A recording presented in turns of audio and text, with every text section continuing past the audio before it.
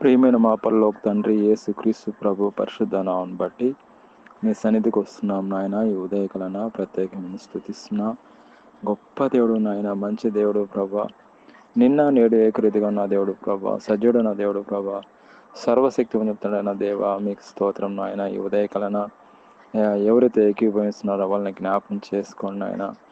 అయ్యా దర్శించండి ఆయన, మీ కృపను బట్టి, కృపాతిశయాన్ని బట్టి, కృపా బాహులను బట్టి జ్ఞాపకం చేసుకోండి ఆయన. ఈ దినమంతా ప్రభా కృపాక్షంతో నడిపించండి ఆయన. కోడి తన పిల్లల్ని ఏ విధంగా కాపాడదో అదేవిధంగా మీ కృపరకల చాటున కృపణలో భద్రపరచండి. ప్రతి అవసరత ప్రతి ఒక్కర తీర్చండి. ఆశ్రయాల వర్షం కుమరించండి, దీవెన వర్షం కుమరించండి. ఈరోజంతా ప్రభా పని బాటలో సహాయం చేయండి.